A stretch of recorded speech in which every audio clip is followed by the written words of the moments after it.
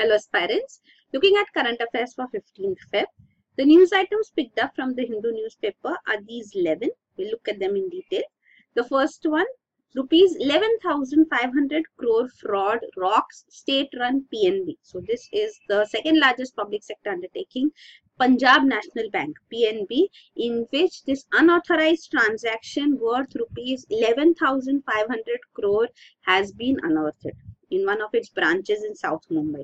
So this has been involving a private entity, Mr. Nirav Modi, who is a Mumbai-based billionaire merchant in diamond and has a diversified business. So here, Enforcement Directorate, the investigating agency which looks into money laundering cases, has also registered a case, as well as the CBI, Central Bureau of Investigation, the investigating agency here, has also registered a case against Mr. Nirav Modi, his business associates, as well as serving Punjab National Bank officials and a retired deputy manager of the bank. So this case actually dates back to 2011. When by fraud a letter of undertaking was submitted to the Punjab National Bank, and with the help of these officials from Punjab National Bank, the person, Mr. Nirav Modi, was able to get these transactions done. So even Finance Ministry has asked all banks to carry out a cleanup exercise in this context. You should know about Enforcement Directorate. It's a law enforcement agency. It's the economic intelligence agency in the country. It is responsible for enforcing economic laws and fighting economic crimes in India. It functions under the Department of Revenue in Ministry of Finance. The primary objective is enforcement of two key acts. One is FEMA, Foreign Exchange Management Act, and Prevention of Money Laundering Act. So it was set up around 1956 and as enforcement unit, and has been in 1957 renamed as Enforcement Directorate. And this is the graph or data regarding frauds in banks, which has been shown in the last 5 years in India. So you can see the Punjab National Bank amount lost to fraud is quite high. So this is there.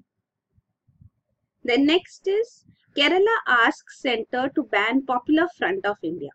So there was this annual Director General of Police meeting which took place in Madhya Pradesh in Jan 2018, and in this the issue of this organization Popular Front of India from Kerala was raised. It's a Muslim organization mainly operating from Kerala, and the DGP meet here saw that a request was made from Kerala to ban this organization. So this session was also attended by Prime Minister Narendra Modi, Home Minister Rajnath Singh, and senior officials in the security establishment. So the centre will now collect more facts regarding this organization and then only declare it as an unlawful association. So NIA has also in 2017 sent a detailed report to the Home Ministry regarding PFI, Popular Front of India. It has mentioned 4 cases where cadres from this organization have been either charge sheeted or convicted. One is a case of 2010 in which some members of PFI, armed with weapons, attacked a professor and chopped off his right palm because in the question paper in a college examination he had made some references to Prophet Muhammad. So it was considered as an insult and this action was taken. So here this is also a case.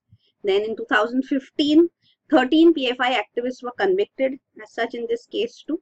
And NIA has said that it has examined 9 cases where men and women converted to Islam, and in at least 4 of them PFI members were involved. So even in conversion to Islam, members of PFI were involved, has been pointed out by NIA, though conversion as such is not a crime. It's actually a fundamental right under the Constitution. So this is there. Then next is Maharashtra seeks rupees 200 crore as aid for hailstorm hit areas. So in Maharashtra we have seen that hailstorms have affected the crops have been damaged, and Maharashtra government is now seeking rupees 200 crore as financial aid from the centre for farmers in Vidarbha and Marathwada region whose crops have been damaged due to the hailstorm. So around 2 lakh hectares across 1,900 villages have been affected. So this compensation is sought from the centre from the National Disaster Response Fund. Then next is Order to install CCTV cameras in courts is only for security reasons, clarifies Supreme Court. So the Supreme Court has clarified that its orders directing the government to install CCTV cameras, closed circuit TV cameras in courts and tribunals is only for security purposes, not for recording the proceedings. And courts as such are open to public, so there is nothing secret going on, so there is no need for recording proceedings. Is being clarified by the Supreme Court.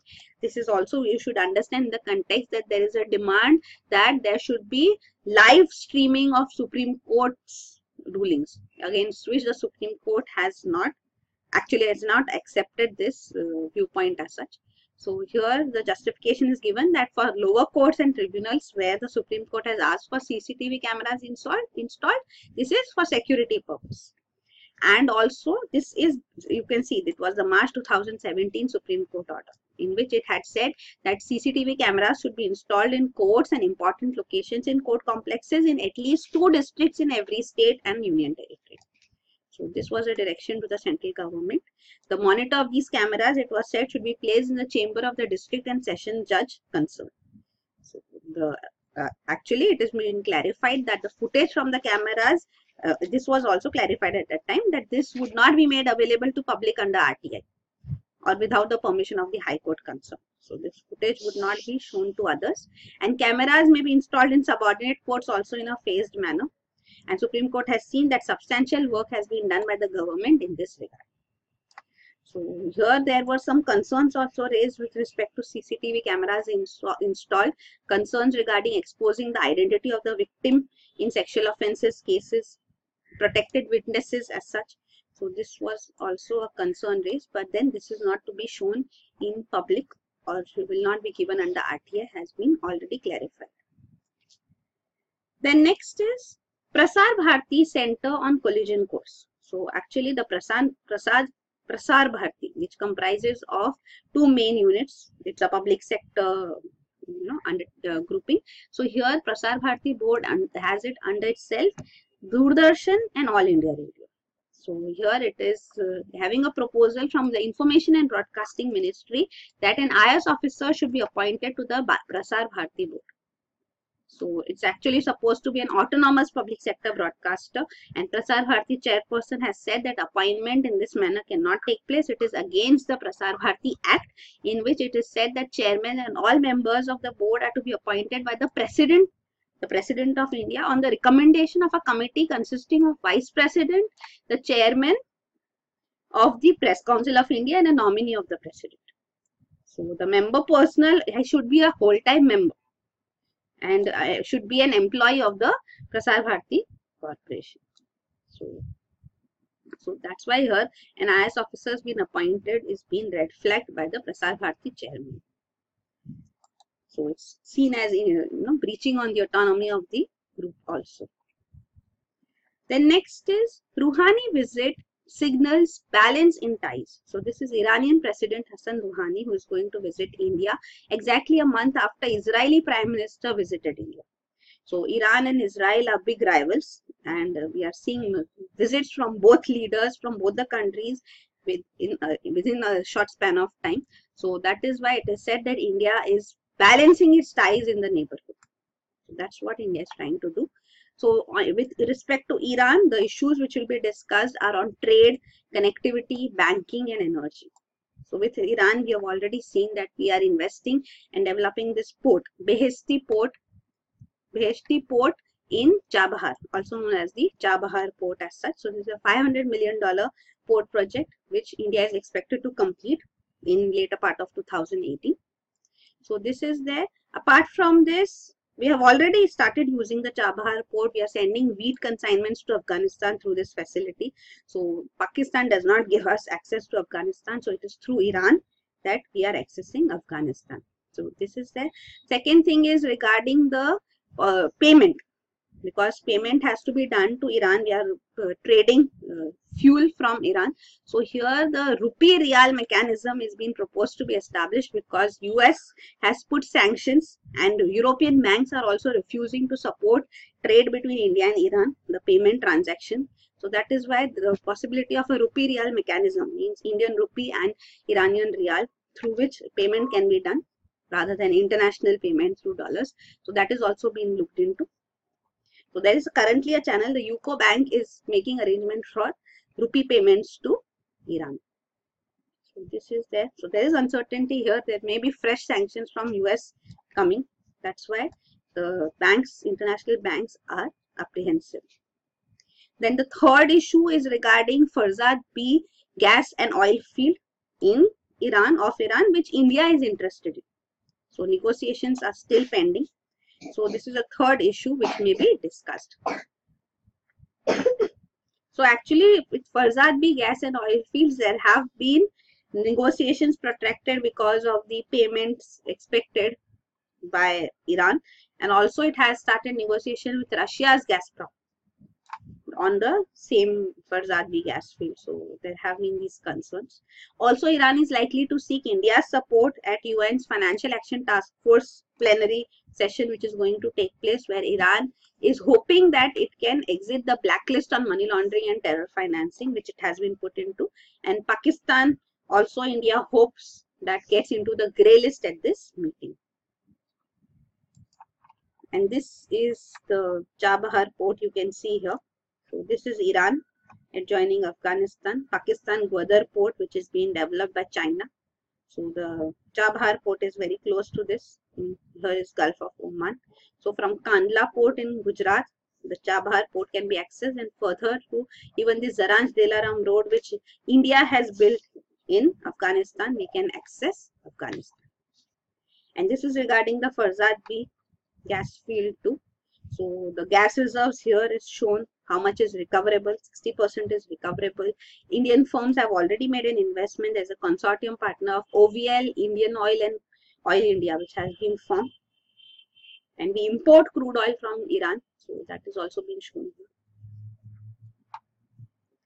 And this is regarding this OVL proposal, which Iran is unhappy with regarding the Prasad B gas field. It wants to reduce wants OVL and its partners to reduce the $5 billion cost that they have put.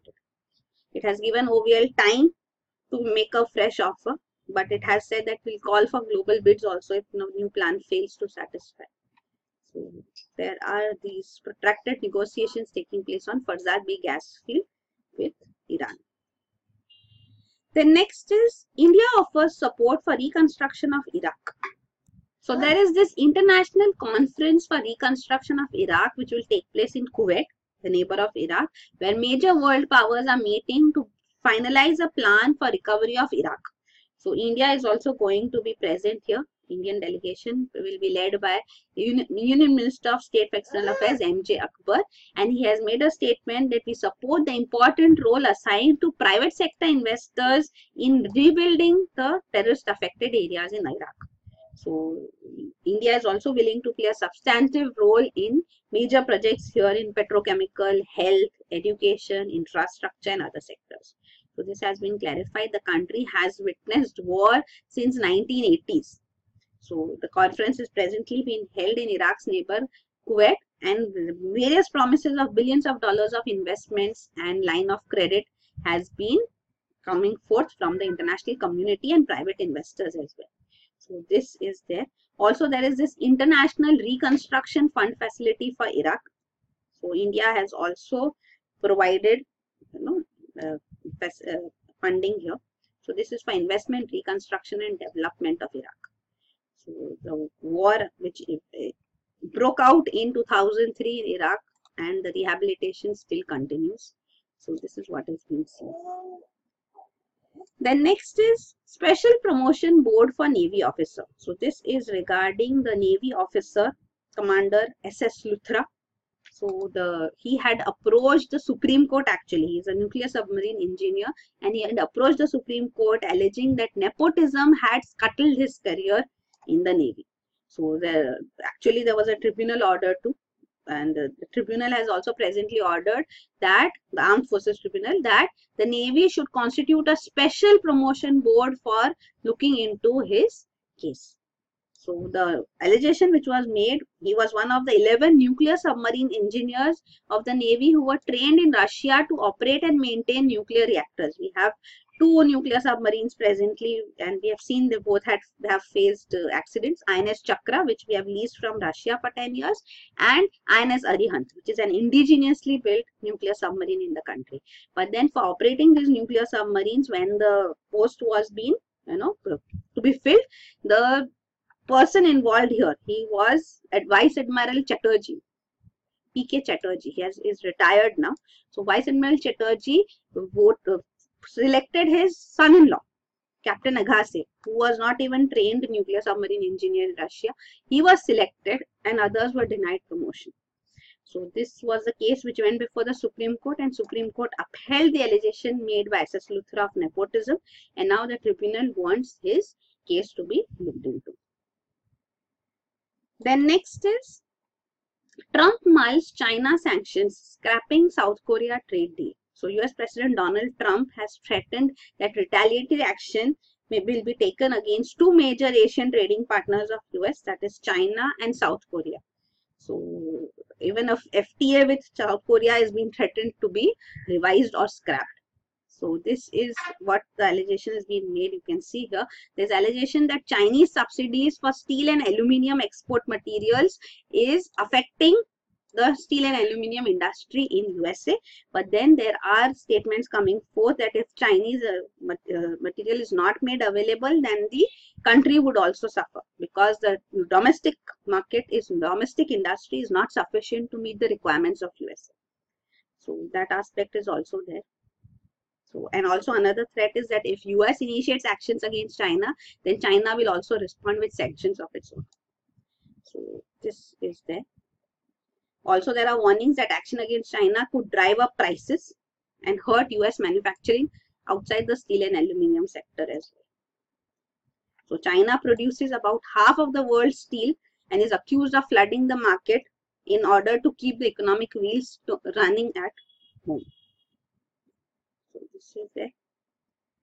Then next is India initiates review of anti-dumping duty on Chinese steel wheel imports. So this is with respect to India-China trade. So we had actually imposed an anti-dumping duty on China's flat-based steel wheels. This duty was imposed in 2013 of $613 per ton of import from China, and this was valid for 5 years.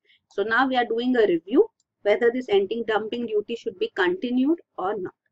So anti-dumping duty, you should know, dumping is a term which is used when a country or company exports a product at a price lower than the price it normally charges in its own home market.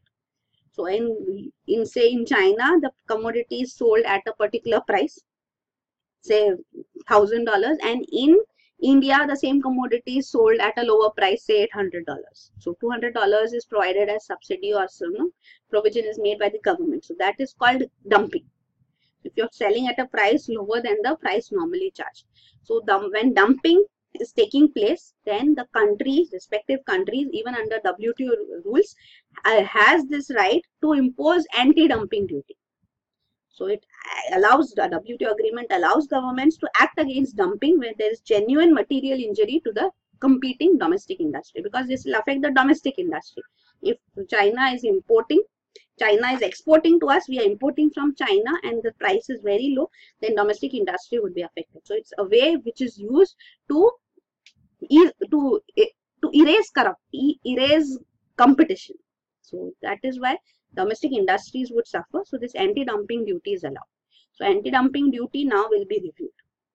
So Directorate General of Anti-Dumping and Allied Duties has initiated this review. They'll examine whether the expiry of such duty is likely to lead to continuation or recurrence of dumping and injury to domestic industry or not. So based on that, decision will be taken.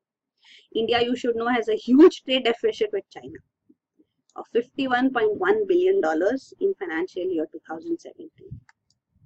So here trade with China is also shown. You can see this is blue color shows export to China. This is import from China, and this is the huge trade deficit which has been increasing. And this is regarding India's trade deficit as such with China and with rest of the world. So the trade deficit China comprises a huge chunk of this deficit. So trade deficit China has risen 13 times in 10 years. With all other countries it has fallen in 6 years, last 6 years, but in China it has increased. And India's exports and imports are shown. You can see exports in red and imports in blue. Then the last news item is Centre targets industry to save power. So the Centre has this public sector undertaking, Energy Efficiency Services Limited. So through this company, the central government is trying to replicate its success in the LED sector.